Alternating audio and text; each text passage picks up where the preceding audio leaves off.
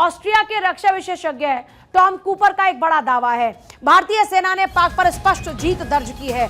Operation सिंदूर के बाद 4 दिन संघर्ष चला। इस्लामाबाद ने युद्ध विराम के लिए आवाज लगाई। पश्चिमी मीडिया ने पक्षपातपूर्ण कवरेज किया। ये बात कूपर कह रहे हैं। जब किसी के परमाणु ठिकानों पर बमबारी हो, हमले की जवाबी कार्रवाई की क्षमता ना हो, मेरी समझ में ये एक देश की स्पष्ट जीत है। ये बात कौन कह रहा है?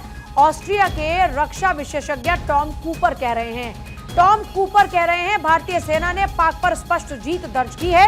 ऑपरेशन सिंदूर के बाद 4 दिन चला संघर्ष। इस्लामाबाद ने युद्ध विराम के लिए आवाज लगाई। पश्चिमी मीडिया ने पक्षपातपूर्ण कवरेज किया है।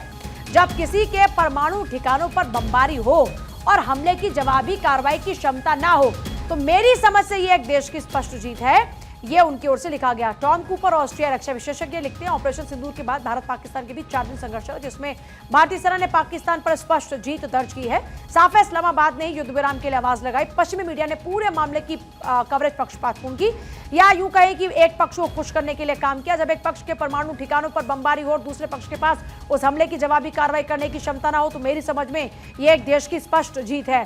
यह टॉम कूपर लिख रहे हैं, ऑस्ट्रिया रक्षा विशेषज्ञ लिख रहे हैं। वो बता रहे हैं कि किस तरीके से भेदभावपूर्ण तरीके से कवरेज की गई, पक्षपातपूर्ण कवरेज की गई, और किसी के परमाणु ठिकानों पर बमबारी हो और हमले की जवाबी कार्रवाई की क्षमता ना हो, तो मेरी समझ में एक देश की स्पष्ट जीत